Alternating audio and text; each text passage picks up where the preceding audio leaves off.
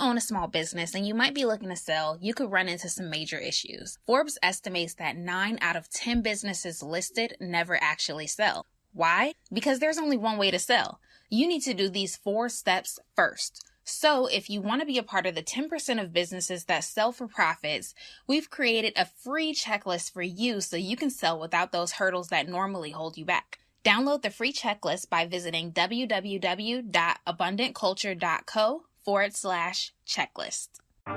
Welcome back to the Abundant Culture Podcast, where business owners like you come to learn how to grow the valuation of their companies so they can sell in the future. On this show, you'll learn how to sell for top dollar and invest in profitable businesses around the country. Now, here are your hosts, Jazz and Joe.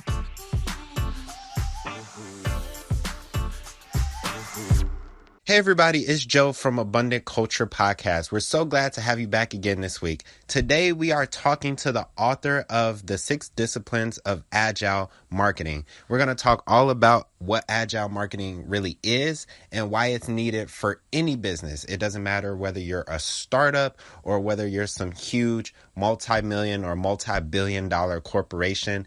Everybody needs to understand the importance of Agile Marketing because at the end of the day, speed is rewarded out there in the corporate world that we live in. And I believe that Agile Marketing will help you test the ideas that you have for your customer and actually implement them and turn that into revenue. So get ready to listen to and learn from our good friend, Jim Ewel. Hi, Jim, and thank you again for coming on to the Abundant Culture Podcast. We are so excited to have you today because you and I had a great conversation a couple of weeks ago, and I was really excited about this because your experience is just phenomenal. So I have to ask you, what is that backstory? Can you tell us a little bit more about your business, what exactly it is, so the audience? Sure. Jasmine and Joseph, I'm excited to be on with you too. I love your energy and what you guys are doing with Abundant. With abundance, and giving back and all that sort of stuff, right? So a little bit of backstory. Let me just tell you a little backstory of me, and then I'll go into my business. So my career has been 38 years now. I've been doing this for a while, and I started out a long time ago as a developer on mainframe computers. It sounds old, and I am old, but that's what I did. And then I joined Microsoft in 1989 when they were still relatively small. I think there were maybe 3,000 or 4,000 employees when I got there. Seems big, but a lot smaller than what it got to by the time I left. And it was a great ride there. I was there for 12 years. I did a bunch of different things. I started out in sales in Chicago, where you guys are, and then moved out here to Seattle and spent 7 years at corporate headquarters and various marketing out here. Then I took some time off and I kind of started doing things in the startup world here in Seattle. And I did 3 startups. I kind of started out just doing some consulting for one and ended up, for my sins, being made the CEO of that startup and having to turn it around. I was kind of failing and turned that one around. We sold that one to Oracle. And then I did a second one, a company called Adometry, which we sold probably a little too soon to another company. And then they in turn sold it a couple of years later to Google. So we had a pretty good exit there. And then the third company was in healthcare, a company called InDemand Interpreting. We sold that about 2 years ago, I guess. Not even 2 years, a year and a half ago, something like that. And so I learned a lot about, startups and, what it takes to really grow. Our last startup for 5 years running, we were one of only 3 companies in the state of Washington that made the top 100 fastest growing companies in the state, all 5 years, right?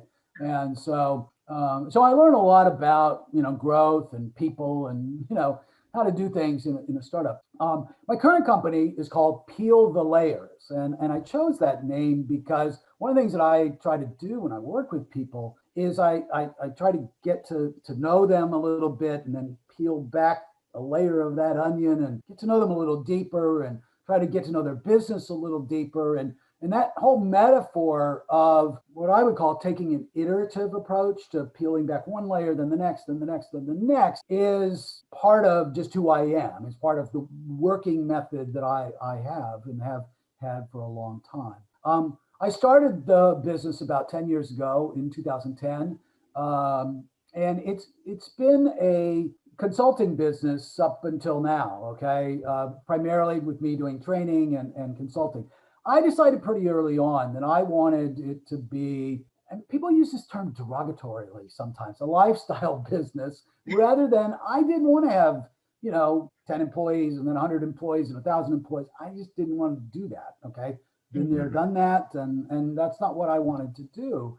I just wanted it to be me. It's still me. So when people hire me, they know they're getting me, which a lot of my clients like, that they know that that's what they're getting.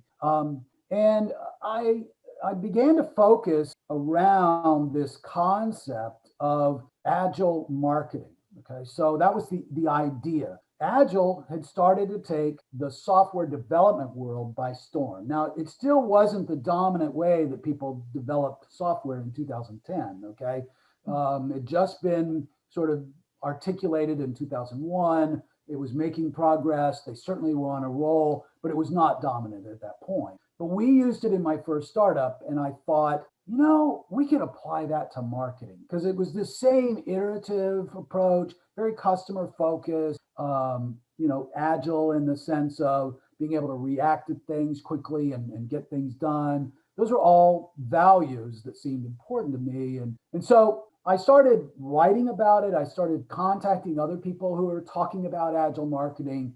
And I got together the first group of people ever, first meeting of agile marketers. We met in San Francisco and we issued the Agile Marketing Manifesto. Okay, that's what came out of that meeting. And it's sort of grown from there. I started training, and I train organizations, and I've trained everybody from Salesforce and T-Mobile and Best Buy and a bunch of big companies to small Silicon Valley startups, small manufacturing firms, educational institutions, healthcare firms, all kinds of different kinds of firms. But it was that whole, how do I teach people about this, okay? And how do I sort of transform a little bit their culture and transform how they do things in marketing that led me to the business and also to the book that we're going to talk about at some point, which I just published. So that's the short version. You probably ask me a bunch of questions about more about that, but that's just. Yeah, so tell me a little bit about what Agile actually is and how that turned into your consulting how that related to marketing and how that turned into your consulting company. Yeah, so Agile started out in software development, as I mentioned, right?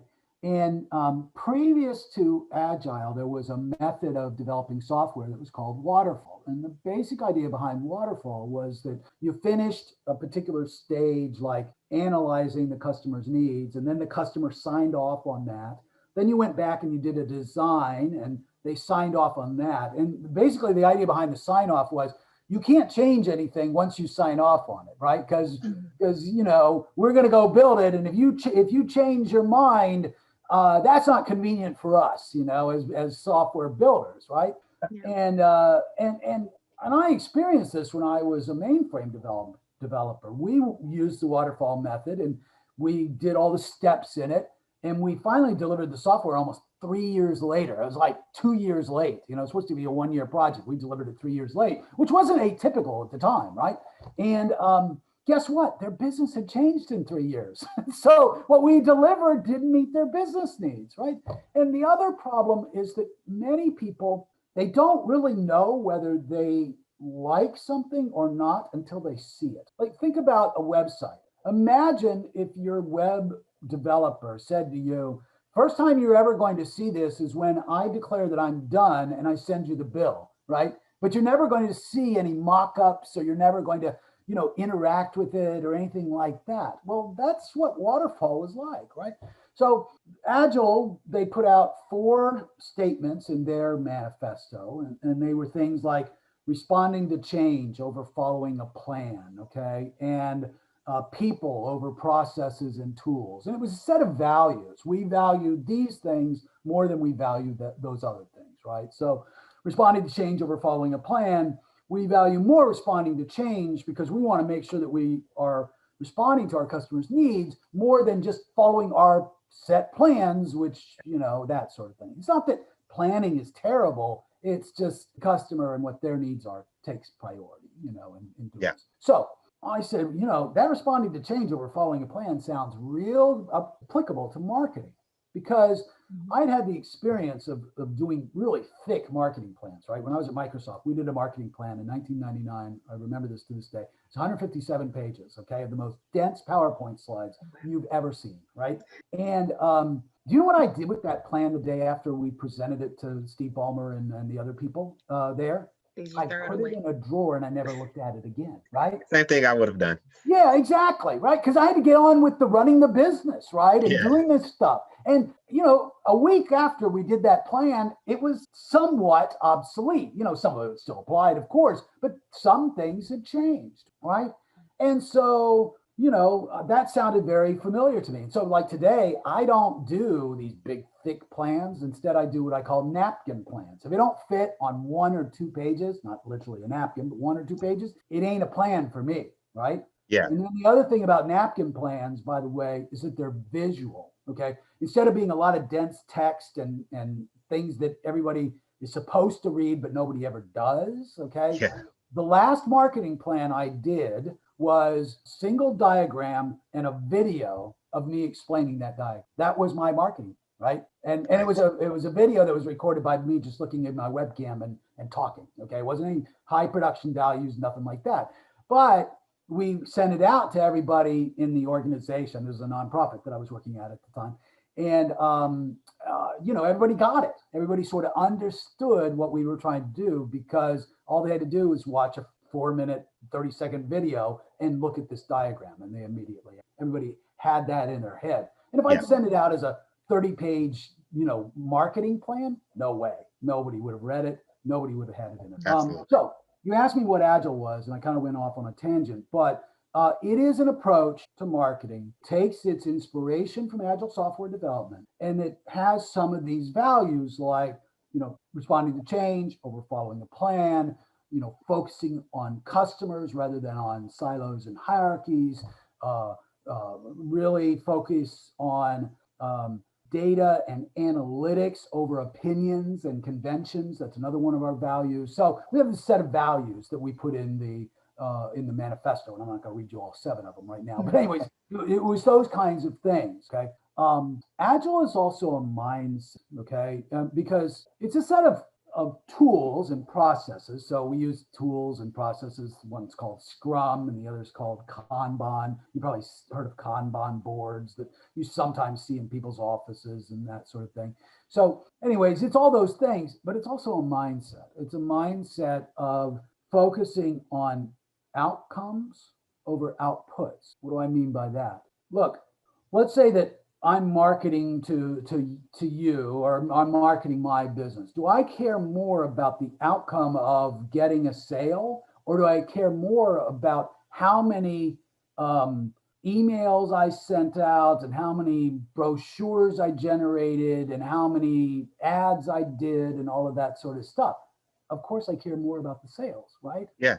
Well, you say that as if it's obvious, but go watch a lot of marketing departments in big companies and you ask them, okay, what'd you do last quarter? Well, we did this many brochures and we did this many ads and we had this many impressions. And, they talk about all this stuff, and it's not, how's it related to the business? How much revenue did you, how many leads, how many new accounts did you sign up? Okay. I know sales is signing up the new account, but you need to provide them with the qualified leads to make sure that they're actually going to be able to close and convert those over, right?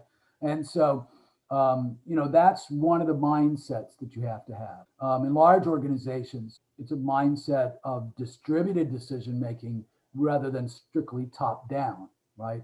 A lot of marketing organizations, every single ad goes all the way up to the top of the organization to get it, and then comes back down. That's crazy. Okay. The CEO has no better insight into how that ad is going to perform than does anybody else in the organization. In many cases, they don't know as well because they're not as close to the customer. Yeah. What we want to do is provide data to people and make our decisions based on data, not on the highest paid person in the room. Absolutely. Right. So anyways, that's what Agile is about. Was there a second part of your question that I forgot? I'm not sure. So. Well, it probably was, but I forgot it too, honestly. Yeah. But I think that was it. one of the things I was wondering, so what sparked this idea of, I guess, explain to me the event that took place that made you look at Agile Yeah. for what it was in that day, and then say the marketing world needs this, It's a because great I feel like question, that's a Joseph. very there has to be some type of trigger there. What was that triggering event? Yeah, there was a trigger. That's a great question. Okay. So, a guy named Scott Brinker, who I did not know at the time, wrote a blog post, and I've been following his blog. And the blog post was titled something like Some Ideas for a Manifesto of Agile Marketing. Okay. He basically had the idea before I had. Okay. Um, and so I reached out to Scott. I also bought the domain agilemarketing.net.com was already taken, so I did .net, and I started writing about it. Okay, I got to know Scott. One of the things I learned about Scott is he loved agile marketing, but his primary thing was about how people apply technology to marketing, and he's gone on to do some amazing things with marketing technology. And so he kind of went off that direction. I went off in the direction of the agile marketing stuff. But it was that initial article by Scott that really was the trigger, as you said, for me to think about it. I kind of been thinking about it, but not in the way that suddenly triggered me to say that's something that's going to be. I'm not the only person. Awesome. Yeah. So if you don't mind, kind of since we're on this topic of agile and agile marketing, kind of tell us about this book that you wrote and published. Yeah. And we have it right here. There you Kind of go. tell us a little bit about Sure. about the book, and not only the process behind, I guess, putting together the ideas that you need in order to write it, but how somebody can strategically use it for their small business. If you don't diversify your investment portfolio, you could end up losing it all. But most business owners don't know how to diversify to mitigate those risks. That's why we created this resource for you. This passive investing guide is a must-have if you're planning to invest in businesses. Don't hesitate. If you have more than 25 grand liquid, then you can't afford not to take advantage of this resource. Download the 4 reasons why in 2021 you need small businesses in your portfolio now by going to www.abundantculture.co/guide. Yeah, sure. So the book is called The 6 Disciplines of Agile Marketing. And it's a book that I started writing 6 years or so ago, a long time ago. Okay. And I got started on it, and I really felt like I did not have enough knowledge to write the book. I mean, I knew a lot about Agile, and I'd been teaching it somewhat at that point, but I hadn't taught it in enough different organizations. And I hadn't had enough successes under my belt to really feel like I could write this. Okay. And it really wasn't until sort of the end of 2019 and the fall of 2019 and into the spring of 2020 that I got serious about writing this book. And then it took me 4 or 5 months to finish the book. I'd had an outline, I had a few things written, but to really get it done, I needed to get that knowledge. And the knowledge came to me over the years, with sort of different insights. Okay. So it's called the 6 disciplines because I have this sort of wheel of the disciplines that you need to know in order to really successfully adopt agile marketing. Right.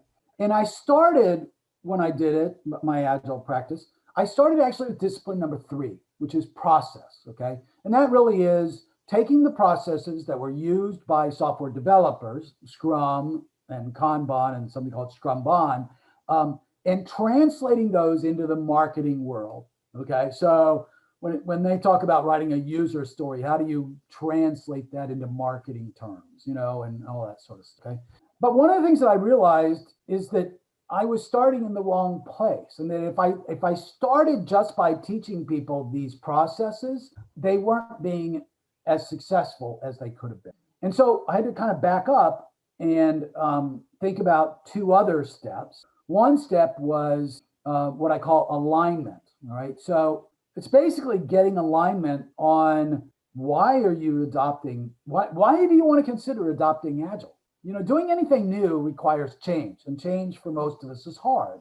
And so I always thought, if you're going to make a change, you better have a good reason to do so, right? And if you have a good reason to do so, you're more likely to successfully change, right?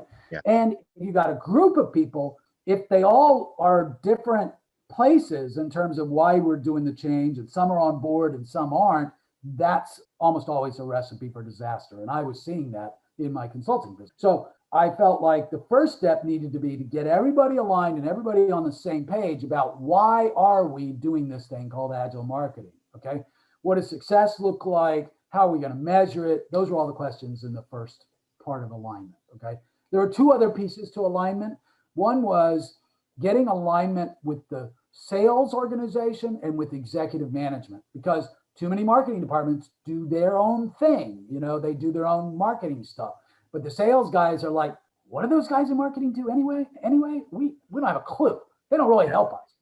And the executives are like, hey, I want to talk about, revenue and profitability. And the marketing guys are saying, oh, we did this ad and, it had this many impressions and this many sell-throughs. And, they just don't talk the language of business. Okay. Yeah. So alignment was the first thing. The second thing was structure. And this is a little less in small business than in larger businesses, but it's how you structure marketing teams, okay? It does apply to small business though, because one of the challenges for small business is they don't have the expertise to do a lot of the things that are involved in marketing. So they almost always have to hire out, okay?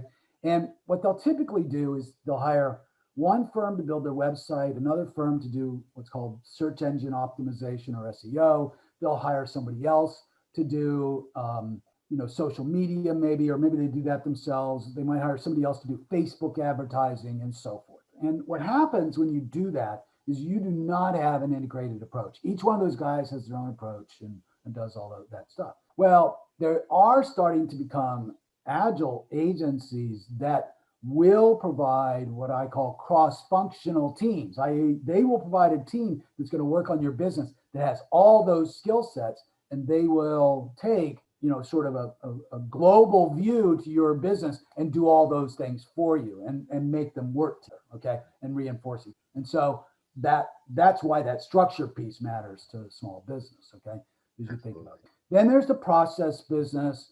And some of that, I'll tell you, one of the areas where that really applies to small business, and I saw this in my own small business, is that Kanban in particular can be a great way to communicate in a small team about what each other are doing and what work are we getting done and what work is sort of, it's been in that not quite done stage for 2 months now, or whatever it is, and sort of tracking that. And so I show people how to use these techniques, and they can be used both for your business.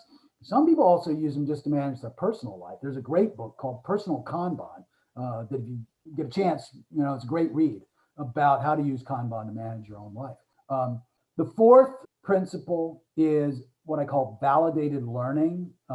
It's a little bit like, have you heard the term growth hacking? Okay, growth hacking is about trying to apply these hacks, as they call them, tips or tricks or whatever to, do your growth. Well, I don't think these kinds of tricks, you don't trick customers into buying things. I'm not a big fan of that. What I am a big fan of is testing your assumptions about your customers by going out and really interacting with customers, either by selling to them or doing Facebook ads or things like that, and then making decisions based on really what worked and what didn't. Okay, and that's what that fourth piece is. Fifth piece, pardon me? It's called interactive learning, or what was it called? Validated learning. Okay? Validated learning. Yeah, so it's all about validating your assumption, right? So, we make assumptions that our customers are buying our products because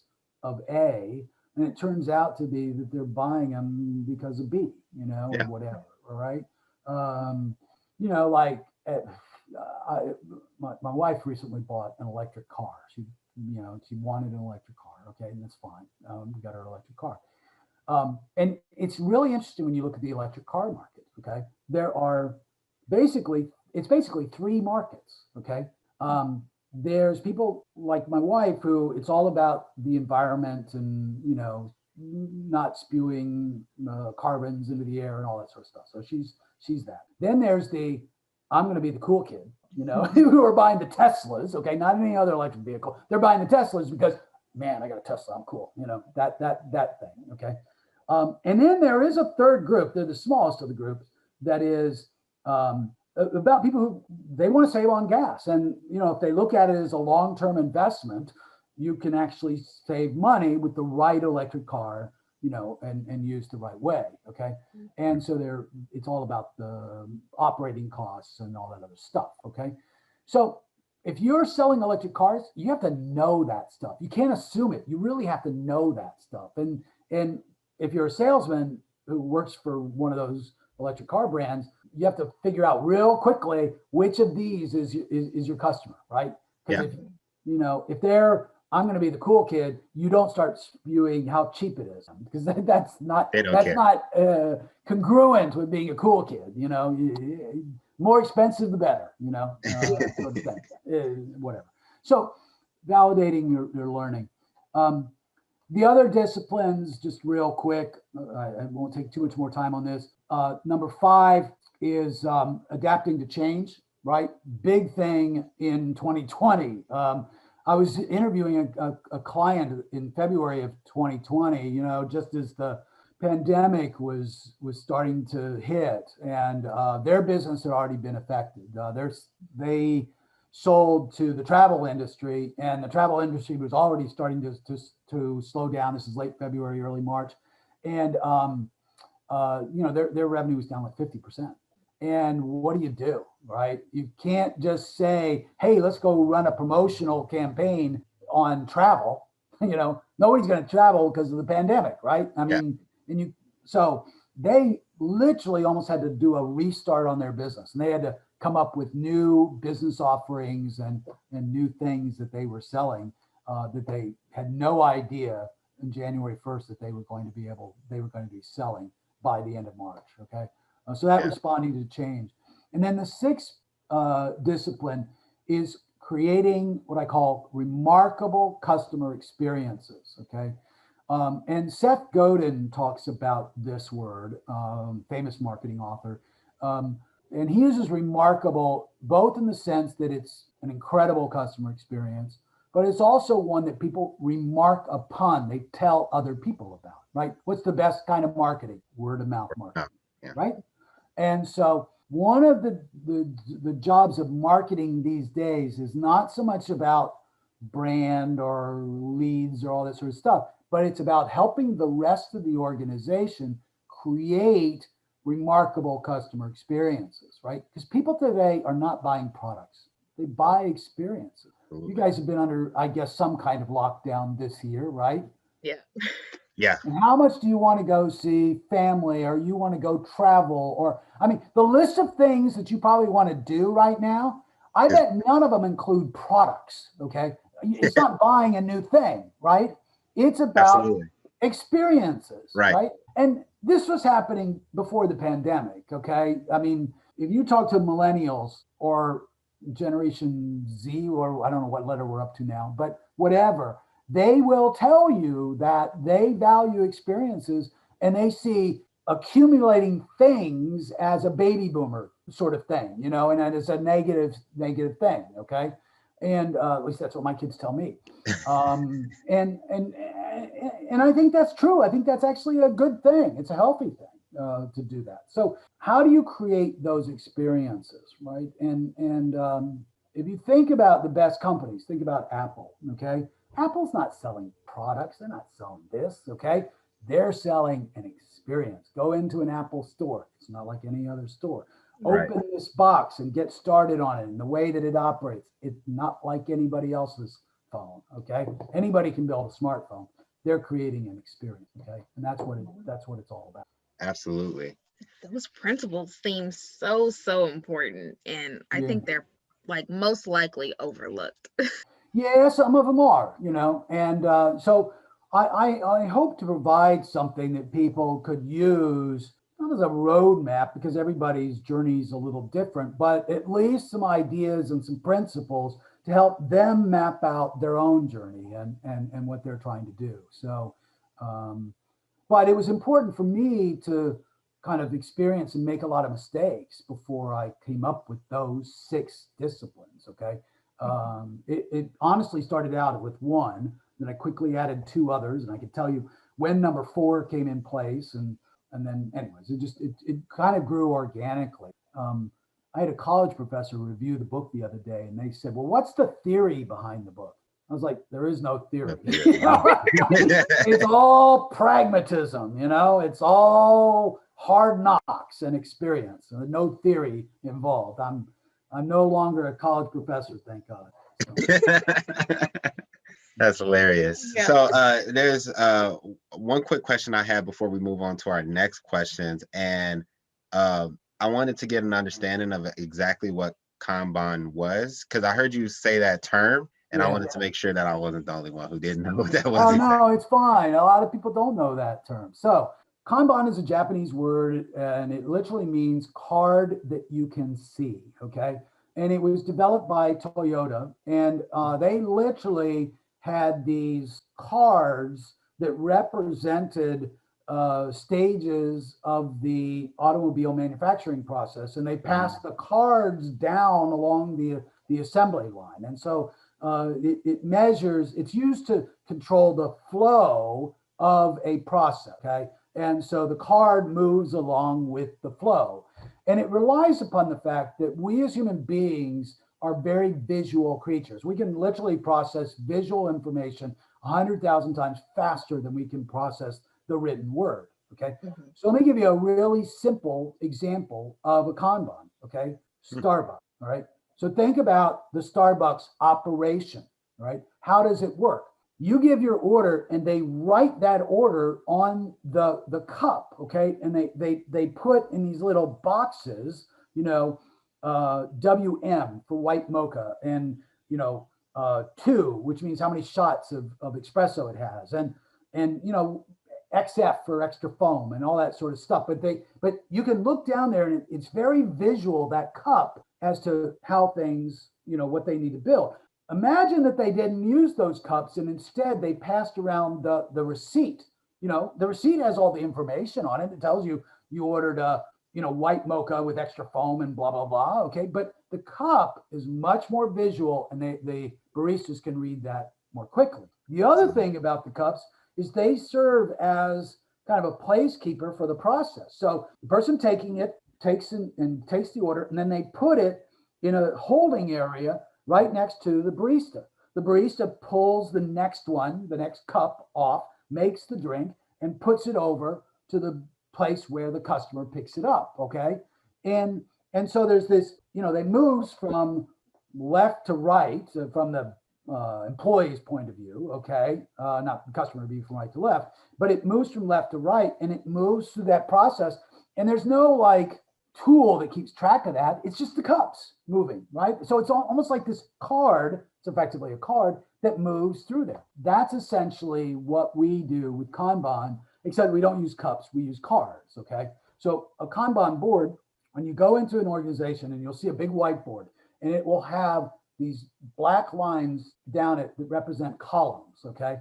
Simplest one has to do, doing, and done, okay? 3 columns. That's the simplest Kanban. And they'll have all their to-dos over here, and then they'll have something that they'll pull over into doing. I'm doing this right now. And then when it's done, they pull it into the done column, okay? Now, that sounds really simple. How useful could that be? Turns out it's really useful in a couple different ways. One is people typically expand the doing column to have the different steps of what they're doing, right? So let's say I'm writing a blog post, right? Or let's say I'm recording a podcast, okay? Yeah. So schedule the podcast with Jim, okay? You did that, okay? Then record the podcast, then record the opening, then promote the podcast, and then send Jim a box of chocolates because he was a really nice guest. I'm making that last part up. And don't send me chocolates. I can't eat chocolates. Okay. But you know, you got the idea, right? It's a process. Okay. So when you have that process like that, you never forget a step, right? And because all you're doing is moving the card from one to the other. And if it doesn't move, you haven't done that step yet. Okay. Yeah. So that's one. Another thing that's really valuable about Kanban is this idea called work in progress limits. Okay. We as human beings cannot multitask. We don't do that very well. Okay.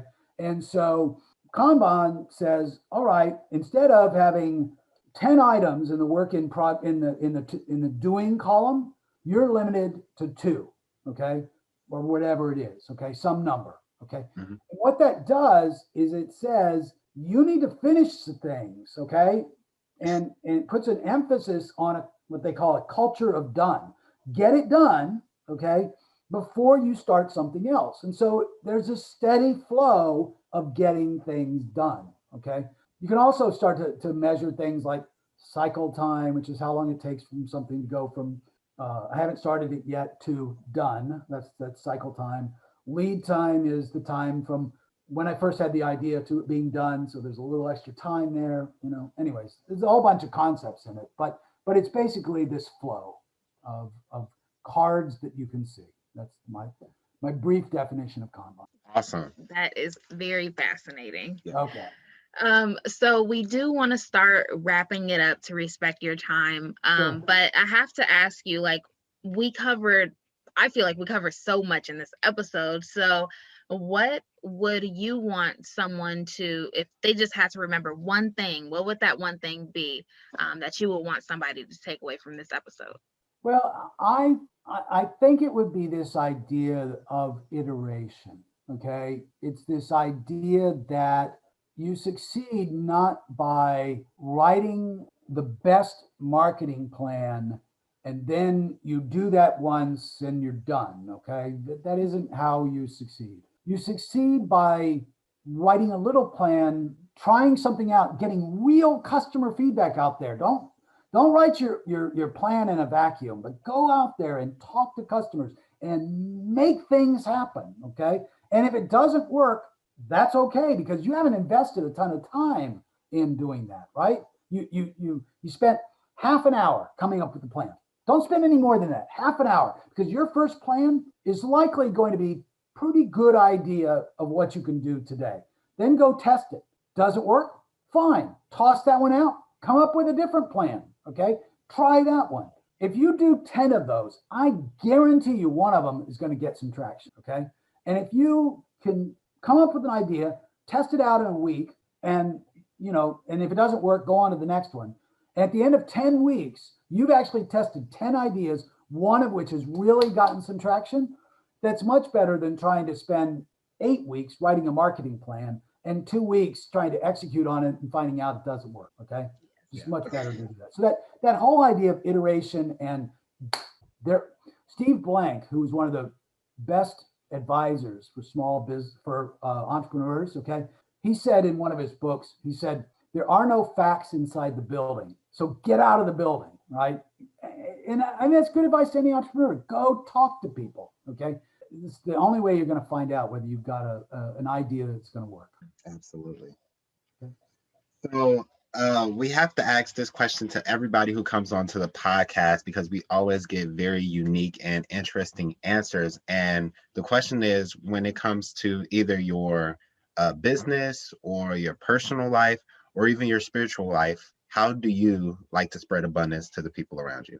Yeah, so it's actually very relevant given what happened yesterday in the nation's capital. Okay. I spent a greater part of a year as the chief operating officer for an organization called Better Angel, and they're now called Braver Angels. They changed their name for crazy reasons I won't get into. But we were trying to depolarize America, is the way we put it. Okay, trying to get reds and blues to talk to each other, and trying to get people of different political beliefs to actually, see each other as human beings. Okay, and it was really interesting because we had a lot of individual successes. And what I mean by that is we get people together for these things called red blue workshops. And and we have an equal number, usually 10 reds and 10 blues. And they would come out of it and say, I can't believe it. I just met someone from the other side for the first time, oftentimes they'd say, or, I actually had a civil conversation with someone from the other side for the first time, and they'd come out feeling really good. The reason I left, and the hard part, was that trying to do that nationally and trying to have a real impact on the country as a whole, man, it seemed like an impossible task. Okay. Yeah. And yesterday was kind of a culmination of it. I mean, it was, I hope it will change things. I really sincerely hope that people will say, and some were saying afterwards, okay, that, we need to stop vilifying each other and seeing each other as enemies and coming together and all that sort of stuff. And man, I sure hope that happens, because yesterday was one of the most disturbing days in American history to me. And, I've been around for a long time, and it was terrible. Yeah. Seeing that Confederate flag in the Capitol, just the whole thing just really, really upset. Yeah, I can definitely agree. It's one of those things that it's almost like it goes against what you would think that we're all trying to cultivate in this country, regardless of your political beliefs or background. But it's like, you say you want peace, but then you showcase something else. Right. So I think it's definitely something that needs to improve one day, and I'm optimistic that it will improve, and I believe so. Joseph, I sure hope you're right. I'm not quite as optimistic as you are, but I sure hope you're right. So. I'm not going to say it's not going to get worse before it gets better, but I'm just saying over the long term. Yeah. Well, it's got to get better, or else we're in trouble, I'll tell you. So. Yeah, absolutely. So if somebody wants to work with you or your team, I mean, you guys at Agile Marketing, you're amazing. Honestly, I had more questions, but I didn't want to take up too much of your time. Yeah.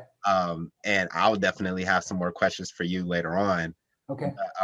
You talked about Agile marketing and all these different things, and I think it applies to every business, whether you're a small startup or some huge company. How can somebody reach out to your team to work with you all? Yeah, so my website is agilemarketing.net, okay? And just go on there. There's a contact me page. Send me an email, okay?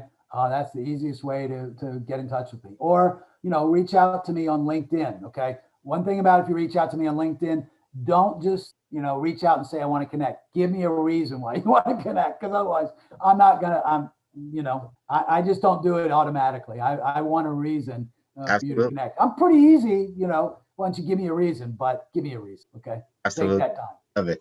All right. Very important. So everyone, make sure you go check out, buy this book. Make sure you actually read it, because as you can see, there's a lot that we have to learn, and obviously we weren't able to cover it all in this short episode. Right. So I'm really excited to read it. And thank you again, Jim, for coming onto the podcast and giving us a wealth of knowledge, because this was truly, truly helpful. And I'm sure it's going to help so many of our listeners. So thank you, Jasmine. Thank you, Joseph. Best of luck to you guys. If you're ever out in Seattle, look me up and I'll buy you a coffee or whatever your beverage of choice is. Okay. Thank you. All right. Take care.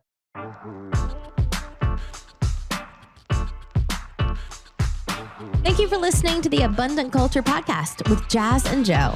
If you enjoyed this episode, make sure you subscribe, then leave an honest rating and review.